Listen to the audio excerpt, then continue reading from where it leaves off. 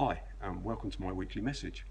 This week I've had the opportunity to travel around the country, and it's something that I've really enjoyed. I just wanted to thank the team down in Wellington, and today I'm coming to you from the Tron. I love the Tron. What a great place this is.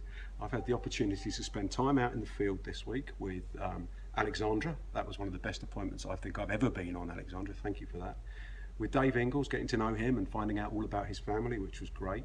And today I've spent time with Nick, Verinda, and Nathan in the Tron, and it's been a really awesome day, and thank you very much for making me feel so welcome. And it's reminded me just why I've joined Yellow and given me the ability to build some great new relationships. Now, the main point of my message this week is to talk about telling stories, and the story that I want to tell you today is about somebody that's become a good friend of mine, a gentleman that some of you will have heard of, a guy called Mark Meerhoffler. Now, Mark was an All Black. In fact, you're always an All Black once you've become an All Black. And he's somebody that I worked with at Chorus, and he told me a story about when he first joined Canterbury Rugby Club back in 1994. When he joined that organisation, they were, and he used to call them an organisation because that's how they were perceived in the local community. They were an organisation which was in a little bit of trouble. They hadn't won a championship for a while. The local supporters were on a bit of a downer with them. The club itself was on its downers and everything else. So they sat round as a team and worked out that they needed to change a few things. And they came up with a mantra which was, if nothing changes, nothing changes. And what that meant for them was that they were going to start doing things differently. They looked back and realised that they'd been doing the same things over and over again for many, many years, and funnily enough, coming up with the same result.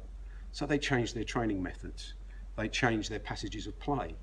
They introduced a new playbook. They just did things differently. And because things changed, things changed. And that's where the mantra came from. If nothing changes, nothing changes. Now at Yellow, we're going through a period of change. And what an exciting time it is to be here at Yellow. And I am really, really pleased that I'm part of that team that's helping to introduce the changes here. And the story really is that Mark went on in that Canterbury team where he went in as a fairly junior player to become an All Black. He then got to travel the world and ended up at Newcastle, and then came back and ended up playing in Auckland for Harbour Rugby. He had a fantastic career, but all because they set out to change a few things early on. And if you make those little changes up front, they get bigger and bigger and bigger, and things happen for you, and really good things can happen. Since my message last week, when I talked about the power of habits, I've heard some fantastic stories this week. Right down, I'm not going to name any individuals here at all, but from people who told me they're going to spend 15 minutes quality time with their family every day, build great relationships, which is the thing that I've been doing mainly this week, but also through to somebody who told me today that they're going to dance at their desk every single day just to get the energy going and to do things like that. And I think that sort of stuff is really exciting, and I'm very, very happy that people have really embraced the whole forming of new habits.